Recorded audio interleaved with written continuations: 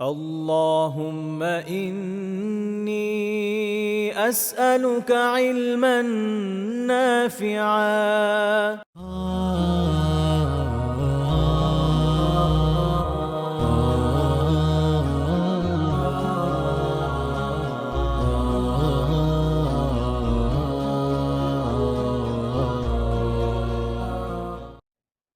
আসসালামু আলাইকুম ওয়া রাহমাতুল্লাহ। আলহামদুলিল্লাহি রাব্বিল আলামিন ওয়াসসালাতু ওয়াসসালামু আলা রাসূলিহিল আমিন ওয়া আলা আলিহি ওয়া সাহবিহি আজমাইন ওয়া মান তাবি'আহুম বিইহসানিন ইলা ইয়াউমিদ্দিন, আম্মা বা'দ। ফাআউযু বিল্লাহি মিনাশ শাইতানির রাজীম। বিসমিল্লাহির রাহমানির রহিম। ওয়া মান ইয়া'মাল সু'আন আও ইয়াযলিম নাফসাহু সুম্মা ইস্তাগফিরিল্লাহা ইয়াজিদিল্লাহা গফুরার রহিমা। ওয়া মান ইয়াকসিব ইসমান ফাইন্নামা ইয়াকসিবুহু আলা নাফসিহি ওয়া কানা আল্লাহু আলিমান হাকীমা। ওয়া মান ইয়াকসিব খতীআতান আও ইসমান সুম্মা ইয়ারমি বিহি বারিআন ফাকাদ ইহতামালা বুহতানান ওয়া ইসমান মুবিনা। আল্লাহ সুবহানাহু ওয়া তাআলার বিশেষ মেহেরবানি, কুরআন মাজিদ পড়ি জেনে বুঝে শিরোনামে আল্লাহ রাব্বুল আলামিন আমাদেরকে 155তম দিনের মতো কোরআনের হালাকায় বসবার তৌফিক দিয়েছেন। আমরা আল্লাহ সুবহানাহু ওয়া তাআলার শুকরিয়া আদায় করছি, আলহামদুলিল্লাহ। আজ আমরা ইনশাআল্লাহ সূরা নিসার 110 নম্বর আয়াত থেকে তেলাওয়াত শুরু করব। অনাকাঙ্ক্ষিত কারণে শুরু করতে করতেই 6-7 মিনিট দেরি হয়ে গেল, এই জন্য আফওয়ান। আল্লাহ রাব্বুল আলামিন বলছেন, ওমাই ইয়ামাল সুআন, যে ব্যক্তি কোনো মন্দ কাজ করবে, কোনো পাপের কাজ করলো, আও ইয়াযলিম নাফসাহু, অথবা নিজেদের উপরে কোনোভাবে জুলুম করলো, সুম্মা ইস্তাগফিরিল্লাহ, তারপর আল্লাহ সুবহানাহু ওয়া তাআলার কাছে ক্ষমা চাইলো, ইয়াজিদিল্লাহা গফুরার রহিমা, সে আল্লাহকে পাবে ক্ষমাশীল হিসাবে, চিরদয়ালু হিসাবে। তো ভুল করাটা অন্যায় নয়, ভুল করে ফিরে আসা, ভুল করে ফিরে না আসা, ভুলের উপর অটল থাকাটা হচ্ছে অন্যায়। ভুল করে ভুল স্বীকার না করাটা হচ্ছে অন্যায়। ভুল হয়ে যেতে পারে। তো যেটা আল্লাহ রাব্বুল আলামিন সূরা আলে ইমরানের 135 নম্বর আয়াতে বলছেন, ওয়াল্লাযীনা ইযা ফাআলু ফাহিশাতান আও যালামু আনফুসাহুম, যারা কোনো অশ্লীল কাজ করে ফেলে কিংবা নিজেদের উপরে জুলুম করে, তারপর আল্লাহকে স্মরণ করে এবং নিজেদের পাপের জন্য ক্ষমা চায়।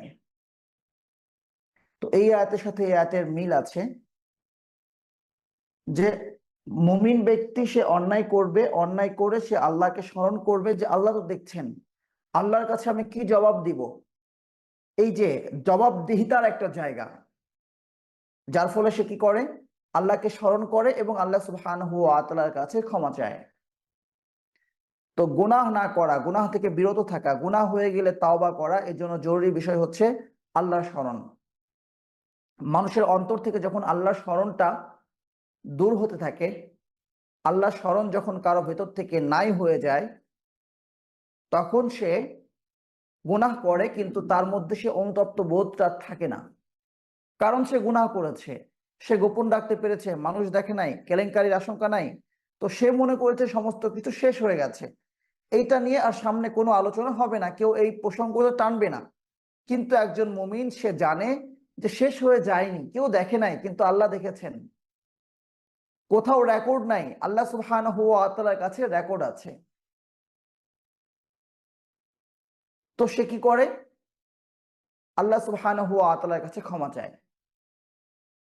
উদাহরণস্বরূপ, একজন সাধারণ মানে নর্মাল যে ইউজার, যে ইন্টারনেট ইউজার, সে কি করবে, ফেসবুক কোনো একটা সাইটে সে ঢুকছে, যেটা সে মনে করছে যে যে সাইটে ঢুকলে এটা আমার জন্য লজ্জার, উদাহরণস্বরূপ বলা। তো সে কি করে, মানুষের আড়ালে সে যায়। তো সে ভাবলো যে আমি মনে হয় বেঁচে গেছি, কেউ দেখে নাই। কিন্তু হিস্ট্রি যে থাকছে, যে আরেকটু জানে, যে আরেকটু জানে, সে বোঝে যে না, হিস্ট্রি তো রয়ে যাচ্ছে, সে কি করে, হিস্ট্রি ডিলিট দেয়। যে আরেকটু জানে, সে কি করে, ইনকগনিটো মুড না কি বলে, সেটা সে ওপেন করে নেয়, যেন তার হিস্ট্রি এখানে সেভ না থাকে।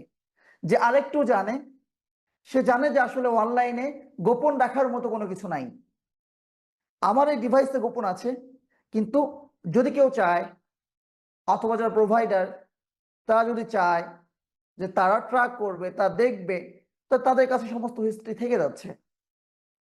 একইভাবে ছবি ডিলিট করছে, একজন ভাবছে ডিলিট হয়ে গেছে, আর একজন ভাবছে রিসাইকেল বিনে আছে, আর একজন ভাবছে রিসাইকেল বিন থেকে ডিলিট করে দিয়েছি, শেষ হয়ে গিয়েছে, কিন্তু এটাকে যে আবার রিকভারি করা যায় সেই তথ্যটা জানা নাই। তো এই সমস্ত মানুষ, যার যত জ্ঞান বেশি সে তত জানে, সে তত বোঝে। তো সবচেয়ে বড় জ্ঞানী সে যে আল্লাহকে জানে, যে আল্লাহকে চেনে, যে বোঝে যে সব জায়গা থেকে গোপন রাখা সম্ভব হলেও, সমস্ত ট্র্যাকিং থেকে বেঁচে থাকা সম্ভব হলেও, আমার যে একজন রব রয়েছেন, একজন খালিক রয়েছেন, তিনি আমাকে দেখছেন, প্রতি মুহূর্ত তিনি আমাকে দেখছেন, এমন ভাবে দেখছেন যে তার কাছ থেকে কোনো কিছু গোপন করা যায় না, তার কাছ থেকে কোনো কিছু গোপন থাকে না, কোনো কিছু তার অজানা থাকে না। গাছের পাতা পড়ছে, ইল্লা ইয়ালামুহা, তিনি জানছেন। রাতের আধারে গভীরে কোনো একটা দানা, সরিষার দানা কোথায় আছে, এটাও তিনি জানছেন। তো সেই রবকে আমি কিভাবে ধোঁকা দেব? তো মুমিন এজন্য আইটি স্পেশালিস্ট যত বেশি আপনি পারদর্শী হন না কেন, তার চেয়েও বেশি জ্ঞানী, সবচেয়ে বেশি বুদ্ধিমান, যে আল্লাহ দেখছেন এটাকে সে স্মরণ করে, সে গুনাহ করে না। যদি গুনাহ হয়ে যায় সঙ্গে সঙ্গে তার মনে হয় আমি কি করলাম, আমার আল্লাহ তো দেখে ফেলেছেন। সে আল্লাহকে স্মরণ করে এবং সে তার পাপের জন্য আল্লাহ সুবহানাহু ওয়া তাআলার কাছে ক্ষমা চায়। সূরা আলে ইমরানের ওই আয়াতে আল্লাহ এটা উল্লেখ করছেন, ওয়ালাম ইউসিররু আলা মা ফাআলু, ক্ষমা চায়। শুধু তাই না, সে তার পাপ কাজের উপরে অবিচল থাকে না। তাওবা বা তাওবার জন্য দুটো বিষয় জরুরি। তাওবার জন্য কয়টি বিষয় জরুরি? দুটি বিষয় জরুরি। এক হচ্ছে আমি যেই গুনাহটা করেছি সেই গুনাহ আর করব না, ভুল হয়ে গিয়েছে, এই ভুলটা আমি আর করব না, এটা হচ্ছে একটা। আর দ্বিতীয় বিষয় হচ্ছে যে ভুলটা আমি অলরেডি করে ফেলেছি সেজন্য আল্লাহ সুবহানাহু ওয়া তাআলার কাছে ক্ষমা চাওয়া, ইস্তেগফার পাঠ করা। ইস্তেগফার পাঠের জন্য তাওবা জরুরি, তাওবা কবুলের জন্য ইস্তেগফার জরুরি। ইস্তেগফার মানে ক্ষমা প্রার্থনা করা, তাওবা মানে ফিরে আসা যে আমি আর করব না। অনেক সময় দেখা যায় যে একই ভুল বারবার করতে থাকি, ভুল হয়েছে, অন্যায় হয়েছে, ঘুষ খাচ্ছে, সে নিয়মিত ঘুষ খায়, এদিকে সে আল্লাহ সুবহানাহু ওয়া তাআলার কাছে হাত তুলে দোয়া করছে, তার অর্থ হারাম, সে আল্লাহর কাছে দোয়া করছে, আল্লাহ আমাকে এটা দাও, আল্লাহ ওটা করো, আল্লাহ আমাকে ক্ষমা করে দাও। না, আগে ফিরে আসতে হবে, পাশাপাশি ক্ষমা প্রার্থনা করতে হবে। আরেকটি ভুল আমাদের মধ্যে হয় বা আমরা করে থাকি, সেটা হচ্ছে আমরা মনে করি যে অন্যায়টা করব, পরবর্তীতে আমি তওবা করে ফিরে আসব। এটাও একটা নির্বুদ্ধিতা, এটাও একটা নির্বুদ্ধিতা। আমি তওবা করতে আদৌ পারবো কিনা, তাওবা আমার কপালে জুটবে কিনা, কে আমাকে এতটুকু ওয়ারেন্টি দিয়েছে অথবা গ্যারান্টি দিয়েছে যে না তুমি তওবা করার আগ পর্যন্ত মরবে না? যেটা ইউসুফ আলাইহিস ইসলামের ভাইরা বলেছিল, ফেলে আসো, পরবর্তীতে তাওবা করে নিও, আল্লাহ সুবহানাহু ওয়া তাআলা ক্ষমা করে দিবেন। কিন্তু তারা এমন ভুল করেছে যেই ভুলের কোনো মার্জনা আর ছিল না। যেই বাবাকে কাছে পাওয়ার জন্য ঈর্ষা কাতর হয়ে সেই ভাইকে ফিরে এসেছে, সেই বাবার মন তারা পায় নাই।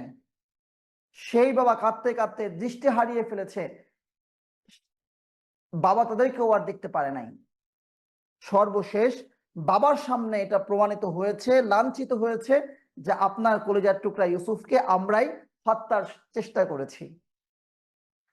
যাকে হত্যার চেষ্টা করা হয়েছে সেই ইউসুফের সামনে তা দাঁড়িয়ে আছে এবং ক্ষমা প্রার্থনা করতে হচ্ছে। লাঞ্ছনা। সুতরাং ভুল করতে থাকা অবস্থায় ক্ষমা প্রার্থনা জারি না রাখা মানে এমন না যে মানে ক্ষমা প্রার্থনা করবো চাইবো না, করবো না, এটা না। মানে ক্ষমা প্রার্থনা করছি, ভুলটাও জারি রাখছি, ক্ষমা প্রার্থনা তো করবোই, অন্যায় করলেও ক্ষমা প্রার্থনা করব, অন্যায় না করলেও ক্ষমা প্রার্থনা করব। কিন্তু মানে ওই একদিকে ক্ষমা প্রার্থনা করব আর একদিকে অন্যায় করতে থাকবো, ব্যাপারটা এমন নয়। অন্যায় থেকে আমাকে গুটিয়ে আসতে হবে। আরেকটা হচ্ছে ক্ষমা প্রার্থনা করে নিব, ইস্তেগফার পাঠ করে নেব, এই জন্য গুনাহ করতে থাকা সেই সুযোগও নাই। তো আল্লাহ বলছেন যে ব্যক্তি কোনো অন্যায় করবে অথবা নিজেদের উপর জুলুম করবে, তারপর আল্লাহ সুবহানাহু ওয়া তাআলার কাছে ক্ষমা চাইবে, সে আল্লাহকে ক্ষমাশীল হিসাবে পাবে। রাসূল সাল্লাল্লাহু আলাইহি ওয়াসাল্লাম একটা হাদিসে বলেন, মা মিন মুসলিমিন ইউযনিবু যামবা সুম্মা ইয়াতাওয়াদ্দা ফায়ুসাল্লি রাকাতাইন। কোন মুসলিম যদি কোনো গুনাহের কাজ করে ফেলে, এরপরে গুনাহ হয়ে গেল, সে অনুতপ্ত হলো, অনুতপ্ত হয়ে সে ওযু করলো, ওযু করে 2 রাকাত সালাত আদায় করলো, সুম্মা আস্তাগফিরুল্লাহ, আল্লাহর কাছে ক্ষমা প্রার্থনা করলো, তবে তাকে ক্ষমা করে দেওয়া হলো। তো এটা হচ্ছে সালাতুল ইস্তিগফার বা সালাতুত তাওবা, ক্ষমার সালাত। স্বাভাবিকভাবে আমরা যে 2 রাকাত নামাজ পড়ি, এভাবেই 2 রাকাত নামাজ পড়বো, যেন আমার দোয়াটা আল্লাহ কবুল করেন, আমার তাওবাটা কবুল করেন। যে নামাজ পড়ে দোয়া করছি, নামাজের পর দোয়া কবুল হয়, তো বিশেষ করে 2 রাকাত নামাজ পড়লাম যে হে আল্লাহ, যে একটা গুনাহের কাজ করে ফেলেছি, তাই সবচেয়ে প্রিয় যে কাজ, সবচেয়ে দামি যে কাজ নামাজ, সেই নামাজটাও আমি সঙ্গে সঙ্গে পড়ে ফেললাম, পড়ে ফেলে তোমার কাছে দোয়া করছি, হে আল্লাহ তুমি আমাকে ক্ষমা করে দাও। রাসূল সাল্লাল্লাহু আলাইহি ওয়াসাল্লাম একটা হাদিসে বলছেন, ইত্তাবি'আস সাইয়্যাতাল হাসানাতা তামহুহা, ইত্তাবি'আস সাইয়্যাতাল হাসানা, যদি কোনো খারাপ কাজ করে ফেলো, তাহলে এর পর পর ভালো আরেকটা কাজ করো। খারাপ কাজ হয়ে গিয়েছে, ভালো একটা কাজ করো, জানো এই খারাপ কাজটিকে ভালো কাজটি মুছে দিতে পারে। ইত্তাবি'আস সাইয়্যাতাল হাসানাতা তামহুহা ওয়া খালিকিন নাসা বিখুলুকিন হাসান, যে খারাপ কাজ হয়ে গেলে এর পরপরই একটি ভালো কাজ করো এবং মানুষের সাথে সুন্দর আচরণ করো। রাসূল সাল্লাল্লাহু আলাইহি ওয়াসাল্লামের একটি হাদিস, যেটা মুসলিম শরীফে এসেছে। তো এখানে অবশ্যই ব্যাপারটা রাসূল সাল্লাল্লাহু আলাইহি ওয়াসাল্লাম বলছেন, যে ব্যক্তি কোনো গুনাহ করবে, গুনাহ করার পরে ওযু করবে, ওযু করে 2 রাকাত সালাত আদায় করবে, তারপর আল্লাহ সুবহানাহু ওয়া তাআলার কাছে ক্ষমা প্রার্থনা করবে, আল্লাহ সুবহানাহু ওয়া তাআলা তাকে ক্ষমা করে দেবেন। আল্লাহ বলছেন, মাইয়া আমাল সুআন ওয়াযলিম নাফসাহু, যে ব্যক্তি কোনো খারাপ কাজ করবে কিংবা নিজেদের উপর জুলুম করবে, তারপর আল্লাহ সুবহানাহু ওয়া তাআলার কাছে ক্ষমা চাইবে, আজিদিল্লাহা গফুরার রাহিমা, সে আল্লাহকে তার পরিচয় সহ পাবে। আল্লাহর একটি পরিচয় হচ্ছে গফুর, আল্লাহর একটা পরিচয় হচ্ছে রাহিম, তিনি ক্ষমাশীল, তিনি দয়ালু। অমাই ইয়াকসিব ইসমা, অমাই ইয়াকসিব ইসমা, যে ব্যক্তি কোনো পাপ কাজ করবে, ফাইন্নামা ইয়াকসিবহু আলা নাফসি, সে এই পাপ কাজটি করলো তার নিজেরই বিরুদ্ধে। বাহ্যত মনে হচ্ছে অন্য কারো বিরুদ্ধে গেল, কিন্তু দিন শেষে এটা কিন্তু তার নিজেরই বিরুদ্ধে চলে যাবে। হ্যাঁ, যেমন ধরেন আমাদের ভূমি মন্ত্রী, যে আপনারা জানেন যে ভূমি মন্ত্রী, তো ভূমি কর্মকর্তা একজন ভূমিদস্যুর রূপ ধারণ করে কয়েকশো বাড়ি তার লন্ডনে, আমেরিকায় কয়েকশো বাড়ি তার হয়ে গিয়েছে। তো মানে এতগুলো দুর্নীতিবাজ, যে কার নাম বাদ দিয়ে কার নাম মনে রাখবো, মনে রাখা সম্ভব না এখন আর। তো বাহ্যত মনে হচ্ছে সে খুব ভালো কাজ করেছে, মানে সে যে কাজগুলো করেছে, কাজগুলো ভালো না হলেও তার তার জন্য পজিটিভ, মানুষের ক্ষতি হচ্ছে, দেশের সম্পদ গিয়েছে, কিন্তু সে তো পেয়েছে। আসলে সমস্ত কিছুই তার বিরুদ্ধেই যাবে। আল্লাহ সুবহানাহু ওয়া তাআলা পাপের সাজা শুধুমাত্র আখিরাতে দেন এমন না, দুনিয়াতেও সাথে দেন। তার 100টা বাড়ি আছে, কিন্তু দেখা যাবে সে শান্তিতে ঘুমাইতে পারে নাই, কারণ 100টা বাড়ির জন্য হয়তো তাকে 100 বার দুর্নীতি করতে হয়েছে, 300টা বাড়ির জন্য তাকে 300 বার দুর্নীতি করতে হয়েছে, 300 বার 300 দুর্নীতি নিয়ে তাকে চিন্তা করতে হয়। যদি একটা ধরা খেয়ে যায়, যদি একটা জায়গায় লিক হয়ে যায়, যদি একটা জায়গায় কোনোভাবে আটকে যায়, যদি মানুষ জেনে যায়,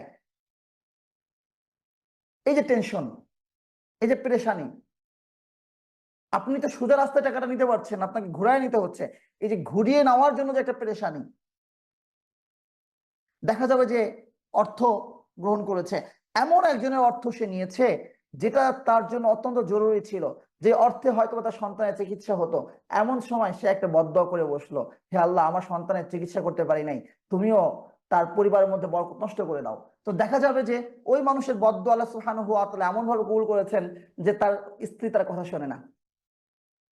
সে তো 300টা বাড়ির মালিক, সে যে কোনো কথা হুট করে একটা সিদ্ধান্ত নিতে পারে না, স্ত্রী তার কথা শোনে না, স্ত্রী তার সাথে খেয়ানত করে, এটা ওটা করে, সেটা করে, মেয়ে আবার তার জন্য ভিন্ন ধরনের লাঞ্ছনার কারণ হয়ে গিয়েছে, সন্তান বাবার মাথায় অস্ত্র ধরেছে, বলছে টাকা দাও। এখন লোকটা এমন একটা অবস্থায় পৌঁছেছে, সে না স্ত্রীর কথা কাউরে বলতে পারে, না সন্তানের কথা বলতে পারে, না মেয়ের কথা বলতে পারে, তো তাকে সব সহ্য করতে হচ্ছে, এই জাহান্নামের মধ্যেই তাকে বসবাস করতে হচ্ছে, যেটা হচ্ছে দাজ্জালের জাহান্নাম। আমি এটাকে দাজ্জালের জাহান্নাম বলছি না, জাস্ট একটা উপমা দিচ্ছি। দাজ্জালের জাহান্নাম বাইরে থেকে দেখলে মনে হচ্ছে যে কত সুখী একটা মানুষ, কিন্তু ভিতরে গেলে দেখা যাবে এই কপাল পোড়ার মতো, আর কপাল পোড়ার হতে পারে না। তো ফাইন্নামা ইয়াকসিবুহু আলা নাফসি, সে যে কটা অন্যায় কাজ করবে সবগুলো তার বিরুদ্ধে যাবে, সবগুলো তার বিরুদ্ধে যাবে। তার বিরুদ্ধে দুনিয়ার আদালতে কেউ মামলা করুক আর না করুক, সমস্ত তার বিরুদ্ধে যাবে। ওয়াকান আল্লাহু আলিমান হাকিমা, আর আল্লাহ সুবহানাহু ওয়া তাআলা মহাজ্ঞানী এবং মহাপ্রজ্ঞাবান। কাকে কিভাবে কোন অন্যায়ের জন্য কি শাস্তি দিতে হবে, কোন অন্যায় কিভাবে জানতে হবে, কি কোন অন্যায় কোথায় রাখতে হবে, এবং তার সাজা কখন দিতে হবে, কোন সময় দিতে হবে, এবং কতটুকু দিতে হবে, আল্লাহ রাব্বুল আলামিনের চেয়ে ভালো কেউ জানেন না।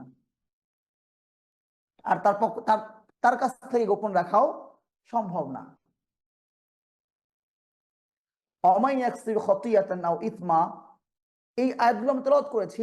যে ব্যক্তি কোনো পাপ কাজ করবে কিংবা কোনো গুনাহের কাজ করবে, সুম্মা ইয়ারমি বিহি বারিয়া, তারপর নিরপরাধ কোনো মানুষকে সে দোষারোপ করবে, ফাকাদ ইহতামালা বুহতানা ওয়া ইসমান মুবিনা, সে কি করবে? অপবাদ, নিজের উপর অপবাদ চাপিয়ে নিল, অপবাদের গুনাহ এবং সুস্পষ্ট পাপের গুনাহ।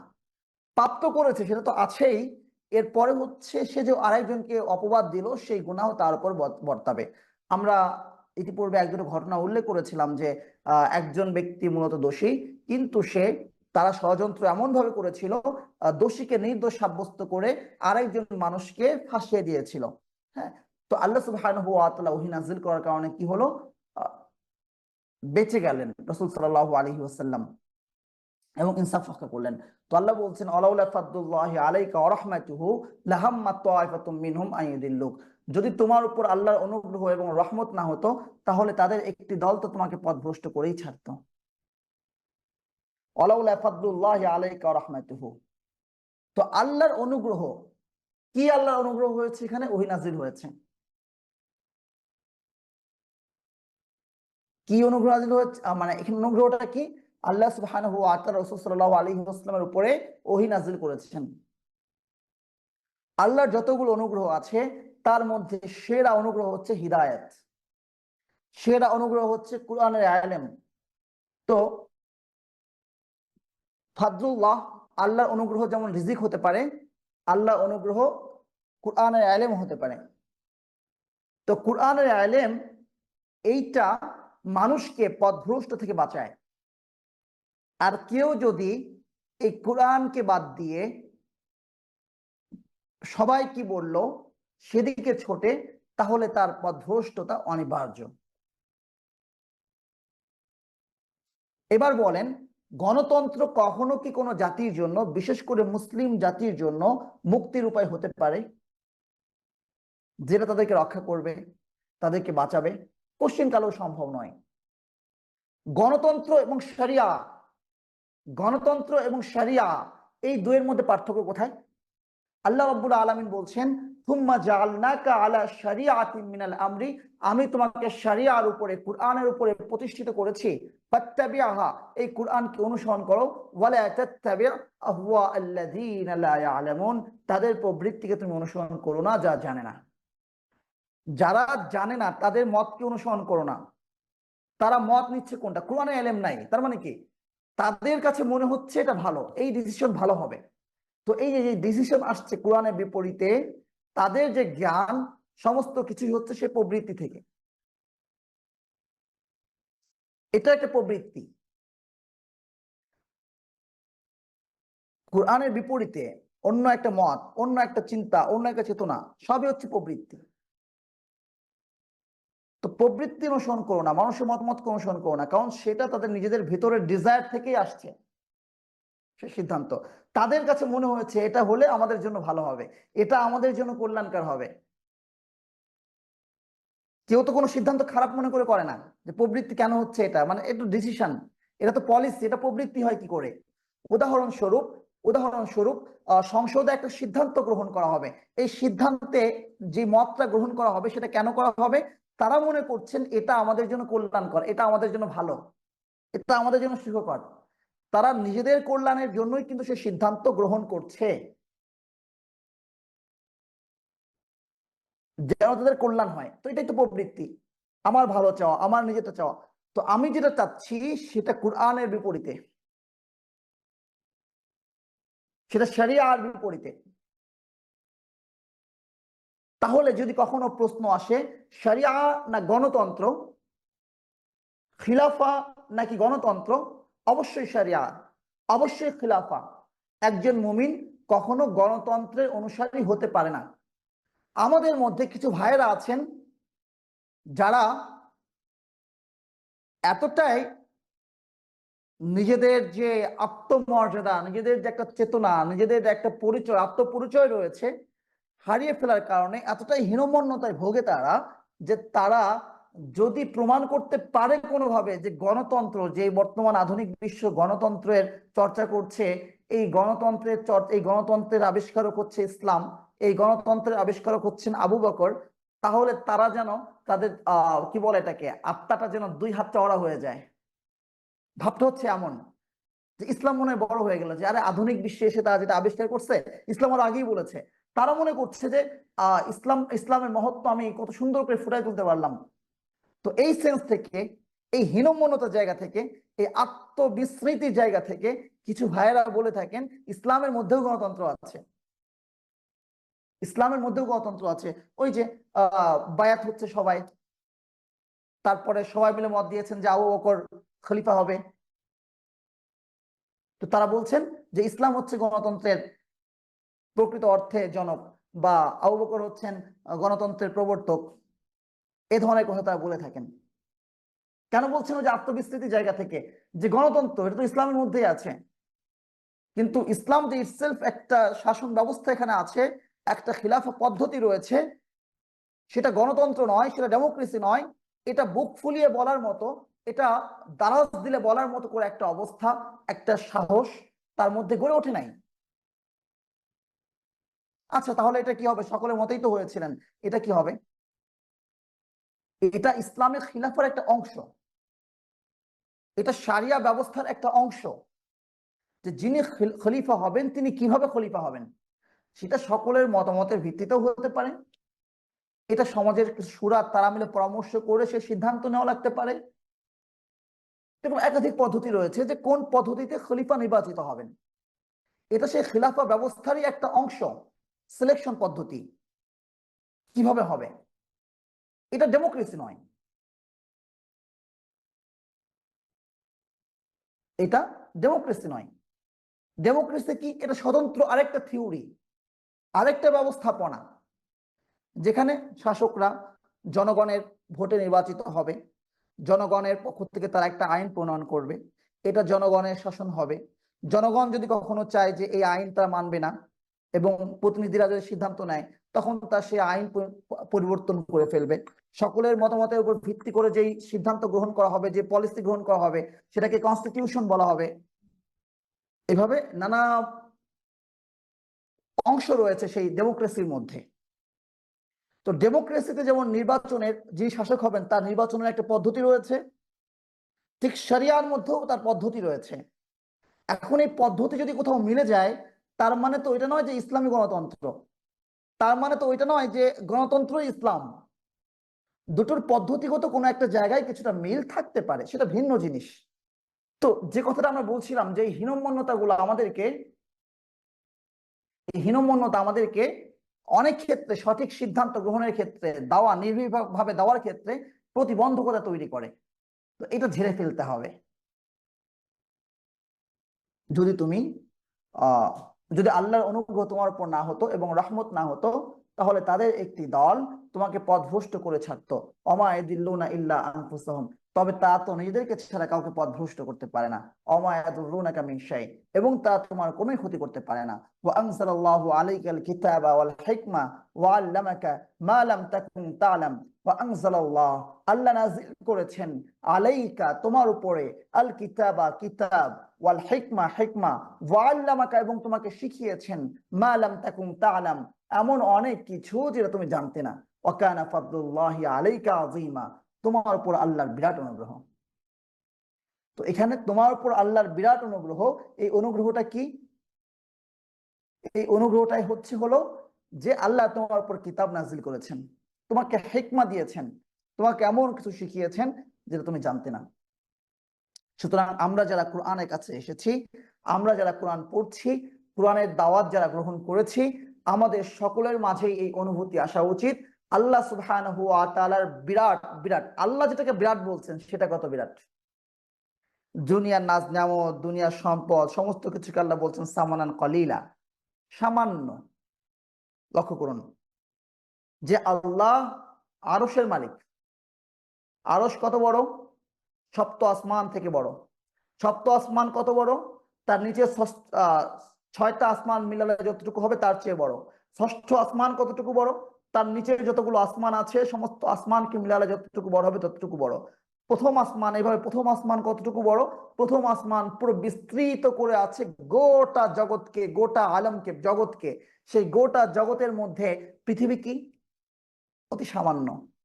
এরকম আরো কতগুলো গ্রহ আছে আমরা জানি না, যা এর চেয়ে অনেক বড় বড়।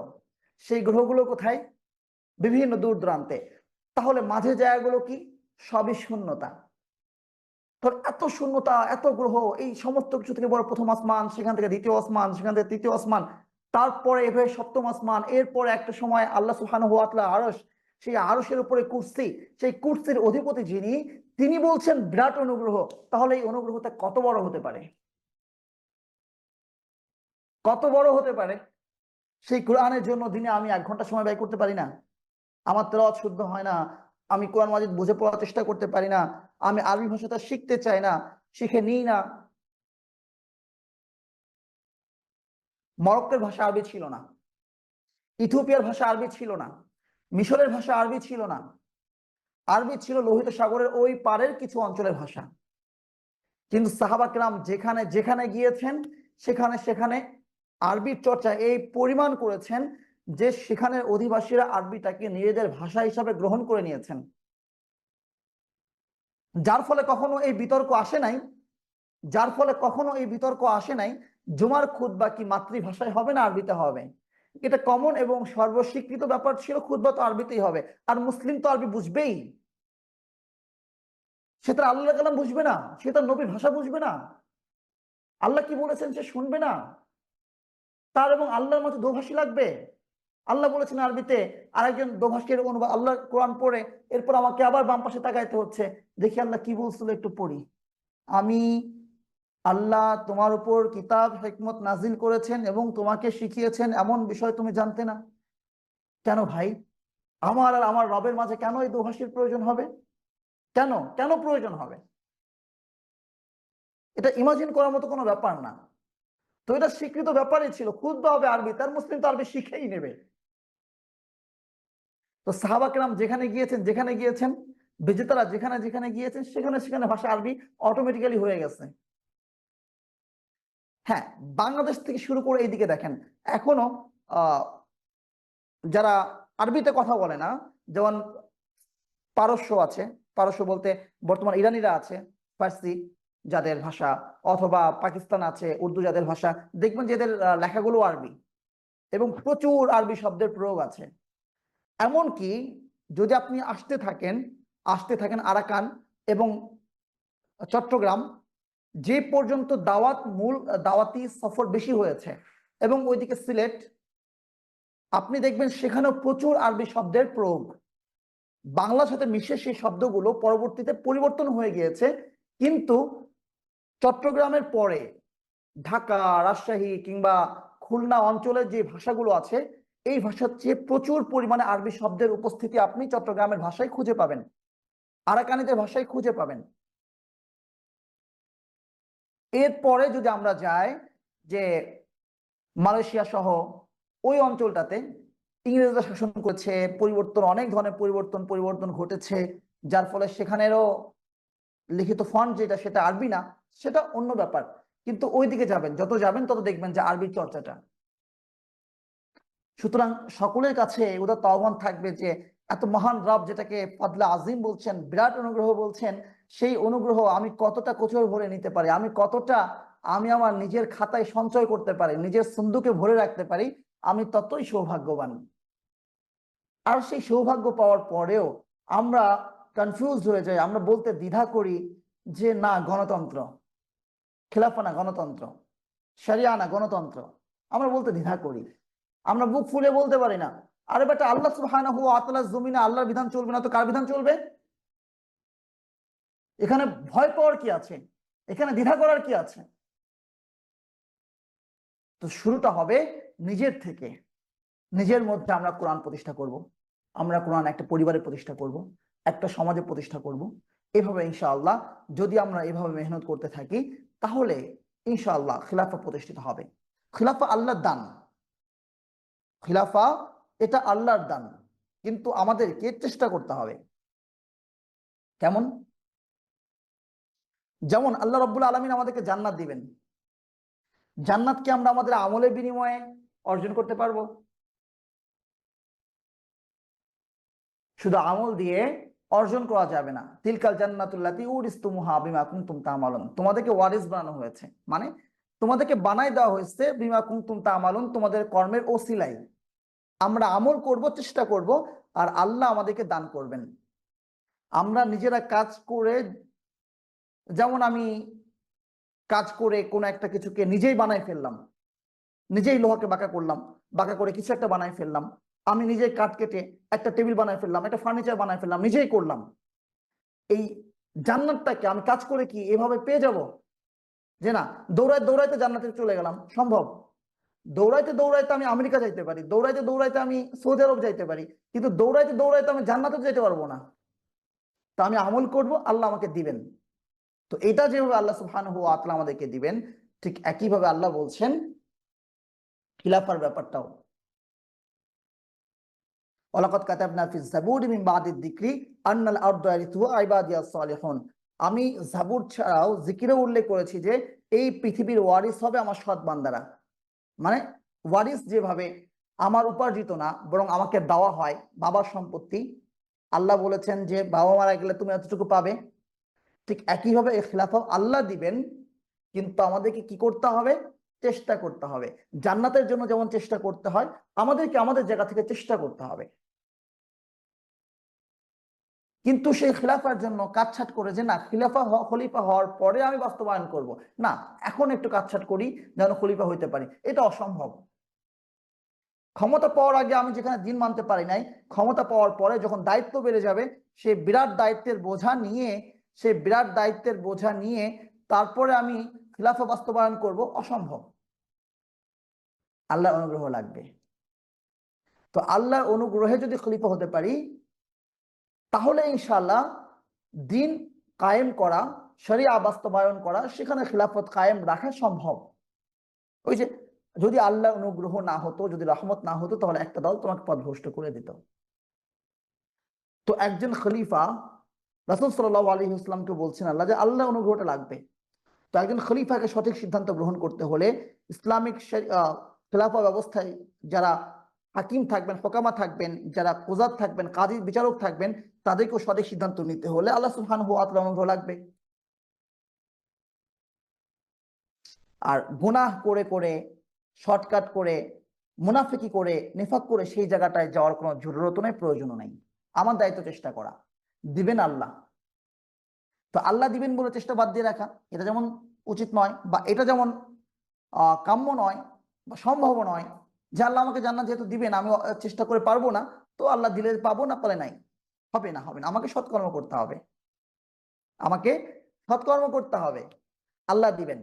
ঠিক একইভাবে জান্নাতের ক্ষেত্রে, খিলাফার ক্ষেত্রে আল্লাহ বলছেন ওয়াদাল্লাহুল্লাযিনা আমানু মিনকুম ওয়া আমিলুস সলিহাত, যারা ঈমান এনেছে, সৎকর্ম করছে, তাদেরকে আল্লাহ সুবহানাহু ওয়া তাআলা প্রতিশ্রুতি দিচ্ছেন লা ইস্তাখলিফান্নাহুম, তাদেরকে তিনি খলিফা বানাবেন। তো যেখান থেকে এই আলোচনাটায় আমরা গেলাম, সেটা হচ্ছে যে এই কোরআনকে আল্লাহ বিরাট অনুগ্রহ বলেছেন। সুতরাং এই কোরআনকে রেখে আমরা যেন আমাদের দৃষ্টিকে ডানে বামে না ফিরাই। আল্লাহ বলছেন ওয়ালাকাদ আতাইনাকা সাবআম মিনাল মাথানি ওয়াল কুরআনাল আযীম, আমি তোমাকে সাবআ মাসানি দিয়েছি, কোরআনে আযীম দিয়েছি। লা তামুদ্দান্না আইনাইকা ইলা মা মাত্তা'না বিহি আযওয়াজাম মিনহুম, এই কোরআন মাজিদকে রেখে আমি অন্যদেরকে যে নাজ নিয়ামত দিয়েছি, সেদিকে তুমি তোমার দৃষ্টিকে প্রসারিত করো না। কোরআনের আইন বাস্তবায়ন করতে গিয়ে, কোরআনের বিধান প্রয়োগ করতে গিয়ে যদি আমাকে জেলে যেতে হয়, যদি আমাকে শহীদ হয়ে যেতে হয়, তাহলে তো আলহামদুলিল্লাহ, আমি তো সর্বোচ্চ নিয়ামতটা পেয়েছি। একজন লোকের বা একজন বসের অফিসে আপনি জব করছেন, সেই জব করতে গিয়ে আপনার কোনো ক্ষতি হয়ে গেছে, তো সেই বস যদি ভালো মানুষ হয়ে থাকে, তাহলে তিনি কি আপনাকে সেটা দেখবেন না? আপনার একটা পা ভেঙে গেছে, অ্যাক্সিডেন্ট করেছেন, সে কি আপনাকে একটা ক্ষতিপূরণ দিবে না? অথবা আপনি মারা গিয়েছেন, তখন কি আপনার পরিবারকে একটা ক্ষতিপূরণ দিবে না, যে আপনি থাকলে প্রতি মাসে যে ইনকাম করতেন পরিবারটা যেন চলতে পারে? যদি বস ভালো হয়, নেতার জন্য আপনি ত্যাগ স্বীকার করেছেন, তো নেতা ক্ষমতায় আসছে, তখন কি ত্যাগী কর্মী হিসাবে আপনার দিকে আলাদা দৃষ্টি দিবে না, যদি নেতা ভালো হয়, স্বার্থপর না হয়? তাহলে আল্লাহর ব্যাপারে আমাদের কি চিন্তা, আল্লাহর ব্যাপারে আমাদের কি অনুভূতি, কতটুকু প্রত্যাশা, যে আল্লাহর দিনের জন্য আমি কোরআনের জন্য শহীদ হলাম, বন্দী হলাম, আহত হলাম, কটু কথা শুনলাম, আল্লাহ রাব্বুল আলামিন কি বিনিময় দিবেন না? আল্লাহ রাব্বুল আলামিন ঠকাবেন? আল্লাহ রাব্বুল আলামিন আমাকে ভুলে যাবেন? সম্ভব? কল্পনা করা যায়? তাহলে আমাদের হারানোর কি আছে? ওয়ানজালাল্লাহু আলাইকাল কিতাব ওয়াল হিকমা ওয়া আল্লামাকা মা লাম তাকুন তা'লাম। আল্লাহ তোমার উপর কিতাব নাযিল করেছেন, হিকমা নাযিল করেছেন, এবং তোমাকে শিখিয়েছেন যা তুমি জানতে না। ওয়া কানা ফাদলুল্লাহি আলাইকা আযীমা। আর তোমার উপর রয়েছে আল্লাহ সুবহানাহু ওয়া তাআলার বিরাট অনুগ্রহ। তো আল্লাহ রাব্বুল আলামিন যতটুকু আলোচনা করা হলো, আমাদেরকে আমল করার তৌফিক দান করেন।